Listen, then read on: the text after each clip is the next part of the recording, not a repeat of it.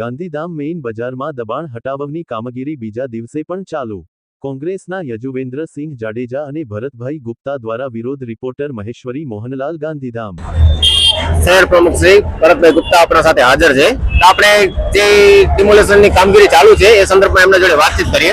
સાહેબ, શું કહેવા માંગશો આ બાબતમાં? ગાંધીધામ મહાનગરપાલિકા દ્વારા જે રીતે દબાણના નામે વેપારીઓને હેરાન કરવાની જે આ પ્રક્રિયા હાથ ધરાઈ છે એ ખરેખર દુઃખદ વસ્તુ છે.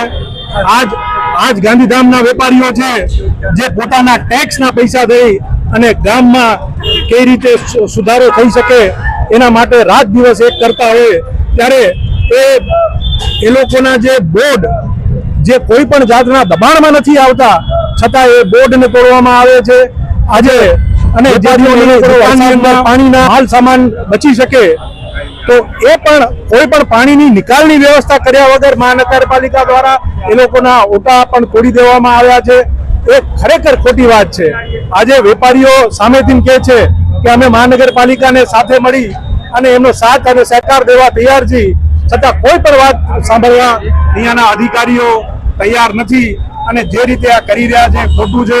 અમે તંત્રને રજૂઆત કરી છે કે તાત્કાલિક આ બંધ થવું જોઈએ અને જ્યારે વેપારીઓ સ્વેચ્છાએ જે આર્કેડનું છે આર્કેડ ખુલ્લી કરવા માંગે છે ત્યારે આ રીતનું જે વર્તન છે એ અયોગ્ય છે. આ ગામના વેપારીઓ છે, કોઈ ક્યાંયના આતંકવાદી કે દેશ વિરોધી પ્રવૃત્તિ કરનાર વ્યક્તિઓ નથી. આ દેશના નિર્માણ માટે આ અહીંયાના વેપારીઓએ રાત દિવસ એક કર્યો છે ત્યારે આ વેપારીઓ સામે આ પ્રકારની કાર્યવાહી એ અયોગ્ય છે.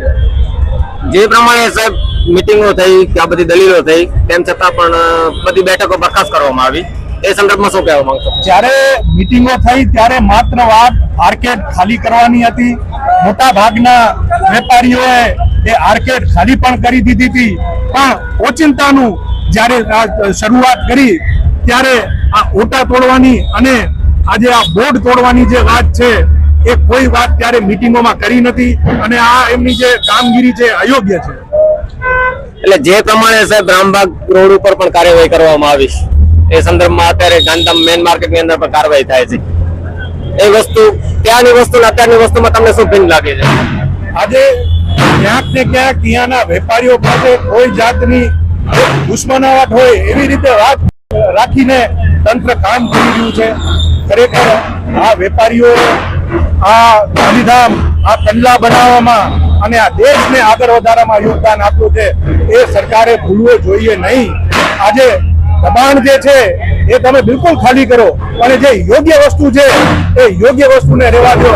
અત્યારના એવું થઈ રહ્યું છે કે યોગ્ય અને અયોગ્ય બે એક જ પ્રમાણે આ લોકો જે નીતિથી કામ કરી રહ્યા છે એ નીતિનો અમે વિરોધ કરીએ છીએ.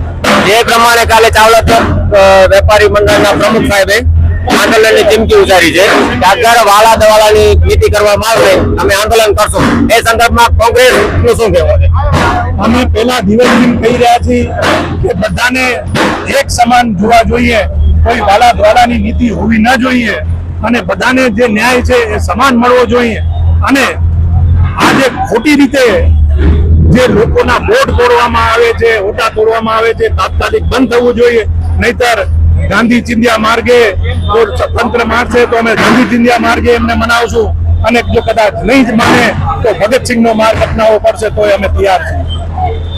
જે પ્રમાણે દર્શક મિત્રો તમે જોઈ શકો છો કે કોંગ્રેસ પક્ષ તરફથી પૂરેપૂરા વસ્તુનો વિરોધ કરવામાં આવે છે. જે પ્રમાણે દેખાઈ રહ્યું છે કે આની અંદર ક્યાંક વાલા દવાલાની નીતિ થઈ રહી છે એવો આક્ષેપ થઈ રહ્યો છે અને કદાચ કાલની તારીખમાં વેપારી મંડળના ચાવડા ચોકના વેપારી મંડળના પ્રમુખે પણ સંમેલન આહવાન કર્યું છે કે અગર આ વસ્તુની અંદર કઈ આગળ પાછળ કરવામાં આવશે તમે ઉગ્ર ધારણા કરશો. આપણી સાથે ભરત ગુપ્તા સાહેબ પણ છે, આપણે એમના જોડે પણ વાત કરશું કે એમના શું વિચારો છે.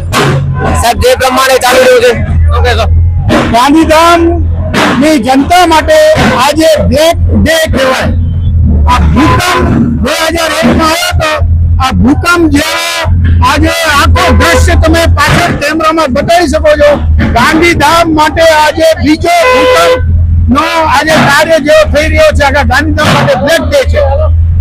અમે આ કહીએ કોંગ્રેસ પાર્ટી એમને સાથે છે. આર્કેડ ખાલી કરવાની વાત છે, દબાણ હટાવવાની વાત છે. વેપારીઓ છે આજે પોતાની રોટી રોજી આજે દિવાળી માટે છે, નવરાત્ર માટે છે, એમાં એ લોકોને અમે કાલે નીકળ્યા હતા ગામમાં અમે લોકો પણ વેપારીઓને વિનંતી કરી હતી કે આર્કેડ ખાલી કરવા માટેની વાત છે.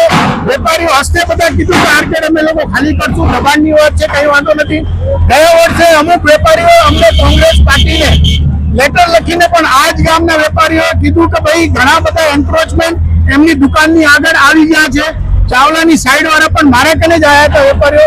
અમે પણ આ મુહિમ છેડી હતી. અમે કીધું હતું નગરપાલિકાને જ્યાં દબાણ છે, જ્યાં આર્કેડ ખાલી કરાવવા જેવો છે, ત્યાં તમે તાત્કાલિક કાર્યવાહી કરો. પણ આ કાર્યવાહી બીજા મોડ ઉપર જઈ રહી છે. આ લોકો સીધા વેપારીઓના દિલ ઉપર બુલડોઝર ચલાવી રહ્યા છે. એ કેવી રીતે કે આજે બોર્ડ જે છે સીધા બોર્ડ ઉપર એ લોકો બોર્ડ ને જ્યાં બોર્ડ કઈ નુકસાન નથી, બોર્ડ ઉપરની સાઈડ લાગેલા છે. આ 2 ઇંચ 5 ઇંચ ની વાત કરતા હોય છે. હું નીચેની વાત કરું કે ભાઈ ફ્લોર આપણે જોઈએ છે રિફોર્મ રીતે આ બધા વેપારીઓ રેડી છે લેટર લખીને દઈ દેવા માટે કે તમે બુલડોઝર બંધ કરાવો, અમે લોકો સાથે મીટિંગ કરો. જ્યાં અમે રિફોર્મ ચાલ જે બનાવી શકતા હોય આ લેટર દઈને પોતે સ્વચ્છ, અમુક વેપારીઓ તો સ્વચ્છ તોડવાનું પણ ચાલુ કરી દીધું છે. આ લોકોને ખબર નથી શું છે, ઉપરથી કેના ઓર્ડર છે. તાત્કાલિક આગળ ગાંધીધામને શમશાન ઘાટ જેવો બનાવવાની કરી રહ્યા છે. એટલે હું સરકારને અહીંયાથી મુખ્યમંત્રીને અત્યારથી આહ્વાન કરું છું કે ગાંધીધામમાં તાત્કાલિક બુલડોઝરની કાર્યવાહી બંધ કરો. બધા વેપારીઓ નગરપાલિકા મહાનગરપાલિકા સાથે છે, મળીને સંકલન કરીને અમે પણ કોંગ્રેસ પાર્ટી ભેગા છીએ અને અમે ભેગા રહીને વેપારીઓને જેટલું સુકૂન મળી શકે એટલું અમે આપવા તૈયાર છીએ. પણ આમાં તો સાહેબ મહાનગરપાલિકાએ તો આહવાન કર્યું છે કે અઠવાડિયાની અંદર બધા દબાણ દૂર કરવામાં આવશે. એટલે આ વખતે દિવાળી ખરાબ કરવાનું માની લીધું છે. એટલે મહાનગરપાલિકા નવા કમિશનર સાહેબ આવ્યા છે. અહીંયા કમિશનર સાહેબ જે છે સારા છે. અમે એમ નથી કહેતા બધા અધિકારીઓ બરોબર છે.